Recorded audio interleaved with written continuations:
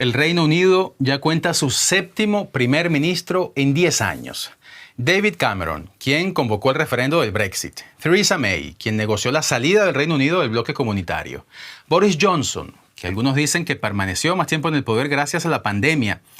Liz Truss, quien solo estuvo 50 días en el cargo. Rishi Sunak y ahora Keir Starmer, que renunció en el día de ayer. Este desfile de primeros ministros coincide con el Brexit, un referendo que se celebró exactamente hace 10 años, un día como hoy. ¿Es esa la causa o una de las causas de la inestabilidad política británica? Yo soy Johan Ramírez y ese será el tema de hoy aquí en DW Actualidad en Análisis. Y para discutir sobre todo esto, saludo desde Londres al periodista Pablo Pardo, corresponsal del Mundo en Londres, y desde Madrid a Juan Carlos Martínez, profesor de Economía de la IT University. A ambos muchísimas gracias por estar con nosotros. Un gusto saludarlos. Pablo, me gustaría comenzar contigo. Más allá de las repercusiones que esta noticia está teniendo dentro del Reino Unido, desde el punto de vista europeo, ¿cómo se está percibiendo en Bruselas y en otras capitales del bloque la renuncia de Starmer? La renuncia de Starmer en primer lugar, es un problema, más que nada por el timing en el que se produce. Es decir, se acaba de producir una cumbre del G7, pero sobre todo el mes que viene hay 3 cumbres absolutamente críticas para la Unión Europea, o 2 cumbres críticas para la Unión Europea y una de ellas para el Reino Unido y la Unión Europea. Las 2 cumbres primeras son la cumbre de la OTAN en Turquía y la segunda es la cumbre de la llamada Coalition of the Willing, la coalición de los voluntarios en Francia, que son los países que apoyan a Ucrania. Esto es crítico porque Starmer, vamos a ver, en primer lugar, el Reino Unido es, junto con Alemania, la única potencia nuclear de Europa. Es el país que está integrado militarmente más con Estados Unidos, con abrumadora diferencia. Prácticamente las armas nucleares británicas en realidad son estadounidenses, no las podrían usar en la práctica sin autorización de Estados Unidos, pero aún así les da poder. En tercer lugar, es una economía muy grande, es la segunda mayor economía de Europa después de la alemana. Y en cuarto lugar, Starmer ha adoptado una postura muy clara de apoyo a Ucrania, ha sido el líder europeo, yo creo que públicamente ha apoyado más a Ucrania, y junto con Alemania, el Reino Unido ha sido el país que más ayuda ha dado a Ucrania, ayuda militar. Su ausencia marca un tejón vacío. Evidentemente, ayer, por ejemplo, tanto la presidenta de la Unión Europea, Ursula von der Leyen, como el presidente de Ucrania, Volodymyr Zelensky, le mandaron mensajes en redes sociales muy afectuosos a Starmer. Y Burnham, su sucesor, en principio va a continuar las políticas de Starmer, pero bueno, presenta siempre una cierta incógnita.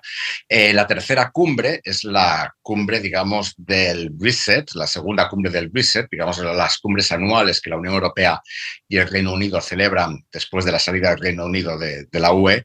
La del año pasado dio pie a una serie de negociaciones que en algunos campos ya se han alcanzado éxitos, sobre todo en el programa Erasmus, en otros, como las regulaciones fitosanitarias, todavía no. Pero bueno, son negociaciones que son muy importantes. Además está también la participación del Reino Unido o no en la defensa europea. Y aquí la llegada de Burnham, que tiene una posición más nacionalista que la de Starmer, puede poner cierta incertidumbre. Por de pronto, la Unión Europea ha decidido posponer la cumbre hasta que Burnham sea primer ministro, lo cual ha sentado como un tiro verdaderamente al equipo de Starmer.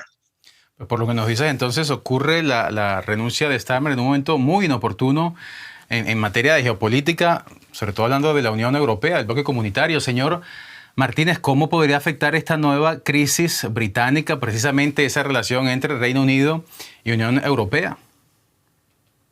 Bueno, yo creo que lo que puede hacer es dilatar. Vemos que ahora habrá un nuevo gobierno. Ese gobierno tendrá que tomar, digamos, ponerse al día en todas estas cuestiones y probablemente pues se produzca un cierto retraso, ¿no? Pero yo creo que al final el gobierno que salga va a seguir la misma línea que el gobierno Starmer, que es tratar de reconstruir puentes y reconstruir relaciones con la Unión Europea.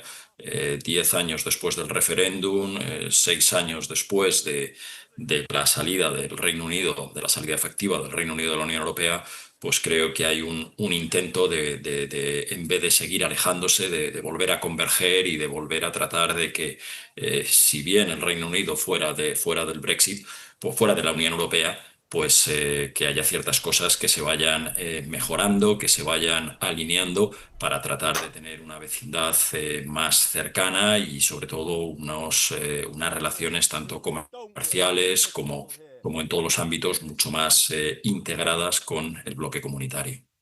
Si esto se concreta entonces, este acercamiento se mantiene.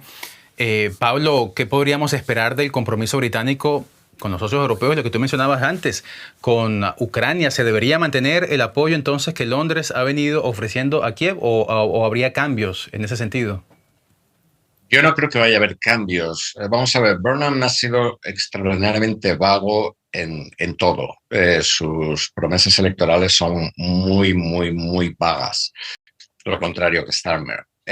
Pero como alcalde del Gran Manchester, Burnham ha sido muy crítico con la invasión de Ucrania, ha apadrinado iniciativas de ciudades para apoyar a Ucrania, para boicotear a Rusia, digamos, o al gobierno ruso, con lo cual digamos que Burnham en principio va a continuar con esa política. Burnham también ha dicho que va a continuar con la política de rearme, de más gasto en defensa del Reino Unido con los planes de Starmer, y va a hacerlo con el mismo procedimiento fiscal que Starmer, es decir, no aumentando el déficit público, sino sacando dinero de otras partidas. Con lo cual, digamos, a priori va a continuar. O sea, no hay ningún motivo para pensar que esto vaya a cambiar. Lo que pasa es que aún no sabemos cuál va a ser el equipo de Burnham, todavía no sabemos cuáles van a ser sus prioridades, etcétera, y siempre queda un cierto factor de incertidumbre. Pero en materia de Ucrania y en materia, digamos, de refuerzo del pilar europeo de la OTAN, yo creo que Burnham va a ser una continuidad total con Starmer, porque además esa es una materia en la que hay consenso en el Reino Unido. Yo creo que la opinión pública británica es posiblemente de los grandes países europeos la más favorable a Ucrania. Y en el arco político británico existe, aunque la ultraderecha de Nigel Farage es más ambivalente por sus vínculos con Vladimir Putin y con Donald Trump, digamos que entre los Tories, los conservadores y los laboristas existe un acuerdo total en que hay que apoyar a Ucrania y obligar a Rusia a que vuelva a las fronteras anteriores a 2014. Independientemente de estos temas que competen no solamente al Reino Unido, sino a la Unión Europea, esta noticia coincide con que justamente se cumplen hoy 10 años del referendo del Brexit que sacó al Reino Unido de la Unión Europea. Una década después, señor Martínez, ¿está mejor el país ahora que cuando formaba parte del bloque comunitario? Bueno, depende de cómo lo miremos. Es decir, yo creo que en esto siempre hay una dificultad a la hora de interpretar cómo ha sido, cómo ha funcionado el Brexit. El Brexit tuvo lugar efectivamente el día ahora, hace 6 años y un poco más, el 31 de enero de 2020. Es verdad que son 10 años del referéndum, pero la salida efectiva fue el 31 de enero de 2020. Desde entonces, ¿qué ha pasado? Pues han pasado muchas cosas. 2 meses después o menos de 2 meses después de esa salida efectiva, llegó la pandemia y los confinamientos en toda Europa. Cuando salíamos de los confinamientos, empezó la guerra de Ucrania, que fue un gran shock para la economía europea, especialmente en el campo energético. Y cuando estábamos de alguna manera ya pues lidiando con esos efectos de la guerra de Ucrania y normalizándolos, pues llegó la presidencia de Trump y además después la guerra de Irán, que estamos ahora todavía dentro de ella, ¿no? Con lo cual, bueno, pues han ocurrido muchas cosas que han afectado al Reino Unido y han afectado también a la situación europea. Yo creo que es difícil, ¿no?, decir que parte de todo de lo que le pasa al Reino Unido es simplemente por Brexit, pero también puede ser simplemente por la guerra de Ucrania, puede ser por la guerra actual, con lo cual creo que ahí es difícil. Pero lo que está claro es que probablemente el crecimiento de la economía británica ha sido menor del que tenía que haber sido. Se habla entre 6 y 8 puntos. El PIB per cápita ha crecido menos en el Reino Unido que en otros países europeos. quitando la excepción de Alemania. Es cierto que también pues, hay ciertos indicadores que indican que hoy la situación no está tan fluida. Hay menos estudiantes europeos en el Reino Unido, prácticamente de la mitad que había pues, cuando el Brexit tiene lugar. Hay menos trabajadores comunitarios en el Reino Unido, se han reducido, pero en cambio han aumentado mucho los trabajadores que han llegado de otras partes del mundo, fuera de la Unión Europea, de Asia, de África, y eso que una de los, digamos, banderas del Brexit era controlar la inmigración, pues no parece que eso haya ocurrido, y lo que sí que ha habido es, como digo, menos trabajadores comunitarios. Los trámites aduaneros y comerciales se han complicado muchísimo, y eso hace que las exportaciones británicas, que supuestamente tras el Brexit iban a crecer por esa libertad que va a tener el Reino Unido de firmar acuerdos comerciales con otros países, no ha sido así. Hoy el Reino Unido exporta menos bienes y servicios de lo que exportaba, su cuota global de exportaciones mundiales también ha caído. Por tanto, esos efectos no son los adecuados. Es verdad que en cuanto a las exportaciones de servicios, estas han aumentado, no se ha producido esa debacle que se hablaba de la City, pero también es cierto que yo creo que en el global, digamos, desde el punto de vista económico, el Brexit no ha sido una buena decisión. Si bien, como digo, es difícil determinar qué parte es exclusivamente Brexit, qué parte ha sido COVID, qué parte ha sido Ucrania o Irán. Han sido muchas cosas en estos años, y la verdad es que todo ha añadido, ¿no? Pero creo que el balance, y lo vemos por el lado comercial, por el lado de crecimiento, pues probablemente no ha sido el que los que querían, los que apoyaban el Brexit, pues ha ocurrido, ¿no? Y yo creo que ese es el gran... Eso hace que también parece ser que, según dicen las encuestas ahora, pues parte de la población que en su momento apoyó el Brexit, pues ahora se ha dado cuenta que tal vez no fue la mejor opción. Entonces usted nos habla de menor crecimiento en estos 6 años, ¿no? Desde que el Brexit se hizo efectivo, 10 años del referendo. Menos estudiantes europeos, menos mano de obra comunitaria. Efectivamente, veíamos unos gráficos antes de entrar al estudio que muestran cómo la migración comunitaria descendió en estos, desde que el Brexit entró en vigor, y la migración extracomunitaria aumentó de una forma exponencial, tremenda, lo cual es una de las contradicciones, ¿no? de los efectos del Brexit. Pablo, tú que vives allí en el Reino Unido, de forma pragmática, ¿cómo se han visto estos cambios, estas consecuencias que el señor Martínez nos presentaba en la vida cotidiana de los ciudadanos? Aquí el 55% o más, no recuerdo exactamente el porcentaje, creo que es más del 55%, y eso que he escrito de él estos días, de la opinión pública considera que el Brexit fue un desastre, fue un fracaso. Un 66% de la opinión pública está a favor del libre movimiento de personas con Europa. Es decir, la opinión prácticamente unánime es que el Brexit ha sido un fracaso integral. Ha sido un fracaso integral desde todos los puntos de vista. Es decir, por un lado, como comentábamos antes, ha supuesto 8 puntos menos de crecimiento, que bueno, esto en realidad la gente no lo nota, pero luego sí lo notan, por ejemplo, cuando se produce el Brexit, hay cafeterías, hay hoteles, hay restaurantes que tienen que cerrar varios días a la semana porque no tienen mano de obra. Los británicos han descubierto algo que los españoles, los alemanes, los franceses, etcétera, no quieren descubrir, que es que los europeos no nos reproducimos, y si no nos reproducimos tenemos que traer inmigrantes. Entonces, digamos, eso es precisamente lo que causa la salida de los ciudadanos comunitarios, y entonces se produce lo que se llama la Boris Wave, la oleada de Boris, que es que fundamentalmente durante el gobierno de Boris Johnson se traen 1 millón de inmigrantes de países asiáticos y africanos, fundamentalmente. Y eso desencadena un movimiento racista que estamos viendo estos días. Es decir, ha habido en la ciudad de Edimburgo el sábado un caballero salió a la calle y dijo que quería matar musulmanes porque están violando a nuestras niñas y a nuestros niños, y apuñaló a 5. En Belfast, en Irlanda del Norte, pues un musulmán sudanés con estatuto de refugiado apuñaló a una persona y a continuación se produjeron una serie de ataques a viviendas y a casas y a automóviles de extranjeros, fundamentalmente árabes. Digamos que ha explotado una tensión racial mutua, digamos, entre los inmigrantes y los blancos, porque en el fondo de lo que se trata es blancos contra no blancos, muy fuerte. Y el Brexit tuvo en gran medida una parte de responsabilidad en esto, porque uno de los motivos del Brexit era echar a los extranjeros y echar fundamentalmente a los extranjeros no blancos. Y han echado a los extranjeros blancos. Y esto ahora mismo está siendo utilizado por los mismos que promovieron el Brexit, fundamentalmente por Nigel Farage, el líder de Reform UK, que es el partido que va por delante en las encuestas, para trasladar el foco de interés. Ahora ya no hablan del Brexit. Los promotores del Brexit no hablan del Brexit. Es muy curioso. Los promotores del Brexit hablan solamente de la inmigración, de cómo nos van a invadir, de cómo nos están invadiendo.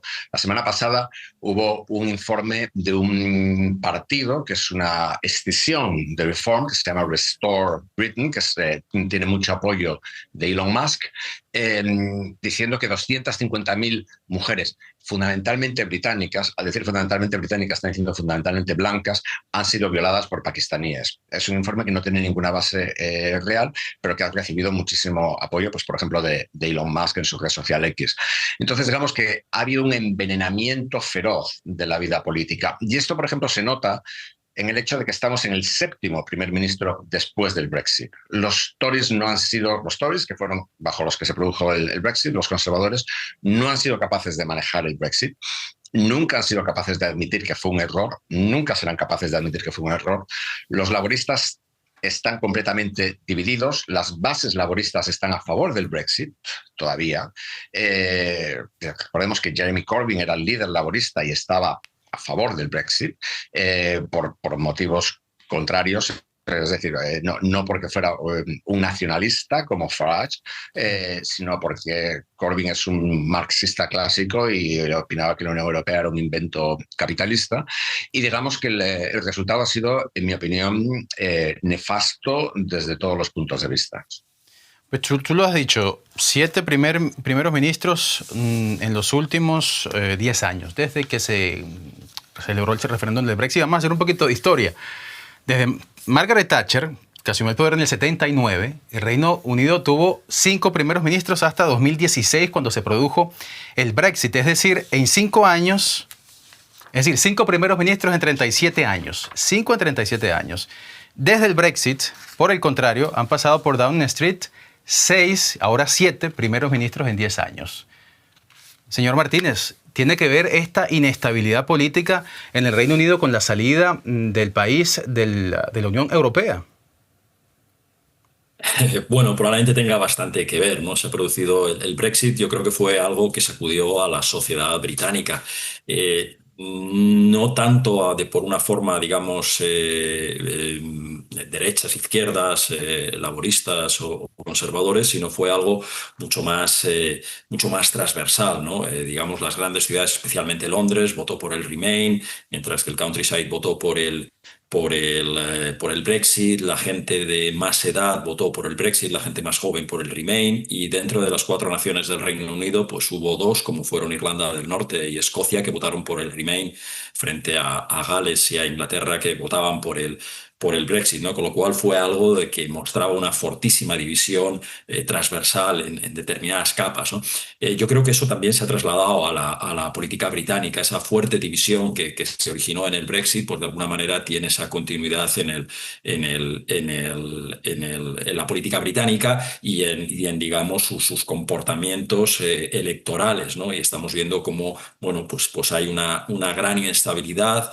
Y esas mayorías que se consiguen pues no duran mucho, ¿no? Ahora pues el partido de Farage está líder en las encuestas cuando hace 2 años los laboristas consiguieron una victoria brutal, ¿no? Entonces realmente creo que eso ha cambiado. Creo que también eso no es solamente exclusivo del Brexit, pasa mucho en el mundo, ¿no? Yo creo que estamos viendo grandes cambios y que los partidos tradicionales, los movimientos tradicionales que ha habido en Europa, lo vemos también en Latinoamérica, ¿no? Como, bueno, hay un populismo que está allí llegando a todos estos países y que está generando cambios electorales y cambios políticos importantes. Me hacía gracia cuando decías eso el tiempo que han estado, que estuvieron los primeros, ¿cuántos primeros ministros hubo en el Reino Reino Unido durante esos 37 años y cuánto ha habido ahora, ¿no?